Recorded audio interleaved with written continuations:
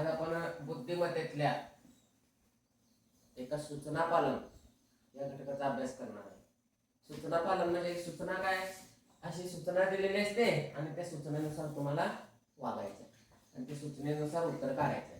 आता 3 प्रकारचे प्रश्न अशामध्ये विचारू शकतात सूचना पालनामध्ये. एक आहे अक्षर मालिकेवर, इंग्रजी अक्षर मालिकेवर, दुसरा आहे मराठी अक्षर मालिकेवर आणि तिसरा आहे अंकावर. मग इंग्रजी अक्षर मालेवर असेल तर काय असेल, तिथं तुम्हाला वरती पेपरमध्ये काय दिलेलं असेल, ABCD असं XYZ पर्यंत दिलेलं असेल आणि त्यानुसार तुम्हाला एखादा प्रश्न विचारलाय. समजा त्यामध्ये पहिला प्रश्न बघा कसा आहे. वरील अक्षर मालिकेतील उजवीकडून 9वे अक्षर कोणते? वरील अक्षर मालिका म्हणजे कोणती? ही अक्षर मालिका ABCDEFGHIJ KLMNO PQRST UVWXYZ 5 अक्षरांचा गट केलेला आहे क्रमाने. या अक्षर मालिकेतील उजवीकडून 9वे अक्षर, उजवीकडे म्हणजे काय, आता आपण असं उभं राहिलोय तर आपली उजवी बाजू काय आहे, इकडून. आपण असा पेपर घेतो की नाही, ते पेपर मध्ये उजवी बाजू कोणती, इकडून, आणि डावी बाजू इकडून. मग ह्या उजव्या बाजूकडून 9वे अक्षर. आता हे बघा, हे तर 5 आहे, 1 2 3 4 5 6 7 8 9, हे जे आहे 9 अक्षर. त्याला तुम्ही तिथं गोल करू शकता. गोल केल्यानंतर आपल्याला आपल्या डोक्यात फिट बसेल. मग वरील अक्षर मालिकेतील उजवीकडून 9वे अक्षर कोणते, Q. मग पर्याय क्रमांक 2. हे झालं इंग्रजी अक्षर मालिके संदर्भात सूचना पालन. आता मराठीमध्ये सूचना पालन, मराठी अक्षरांसंदर्भात सूचना पालन असते. खाली दिलेल्या अक्षरापासून एक अर्थपूर्ण शब्द तयार करा व त्यातील तिसरे अक्षर शोधा. काय अक्षर दिले? ट, रा, भ आणि र आणि भ. हे काय दिले आहेत? हे अक्षर दिलेले आणि ह्या अक्षरामध्ये एक अर्थपूर्ण शब्द तयार करा म्हणले आहे का नाही.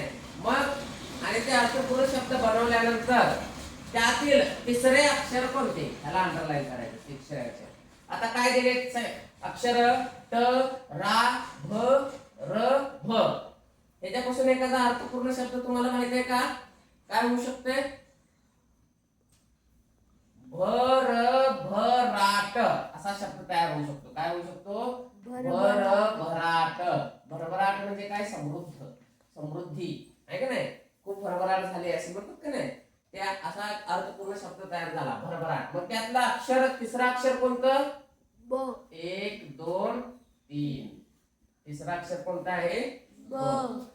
पर्याय क्रमांक 3. आता इंग्रजी अक्षर मालिके संदर्भात झालं, मराठी अक्षरांसंदर्भात झाले. आता अंका संदर्भात आपण एका प्रश्नाचा नमुना बघूया.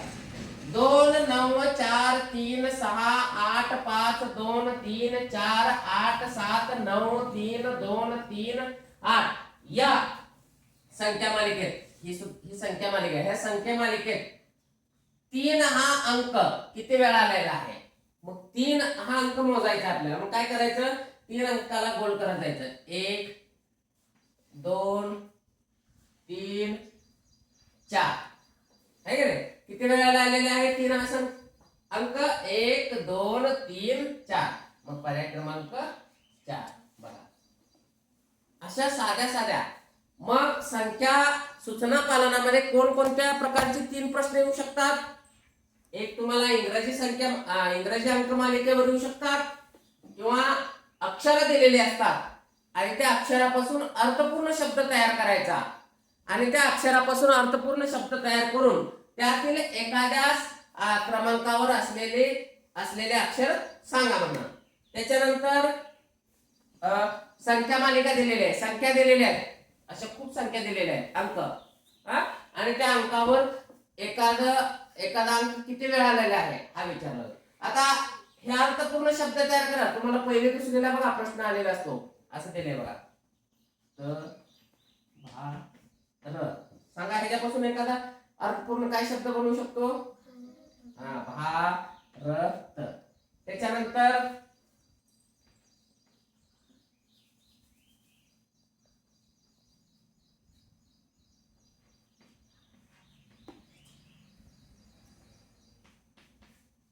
काय बनू शकतो?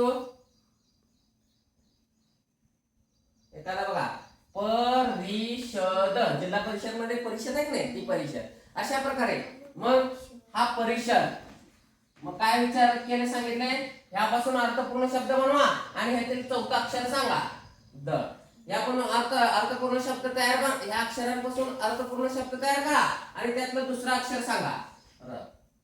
हे अशा सूचना दिलेल्या असतात आणि सूचना पूर्ण वाचल्यानंतर एकदा समजले ठीक आहे, नाही समजलं पुन्हा वाचा, नाही समजलं पुन्हा वाचा. असे 2-3 वेळा वाचल्यानंतर तुम्हाला खरा अर्थ त्यातला कळतो आणि आपल्याला काय विचारले नेमकं हे त्यातून कळतं. म्हणून असे प्रश्न शक्यतो गडबड करायची नाही, घाईत वाचायचे नाही.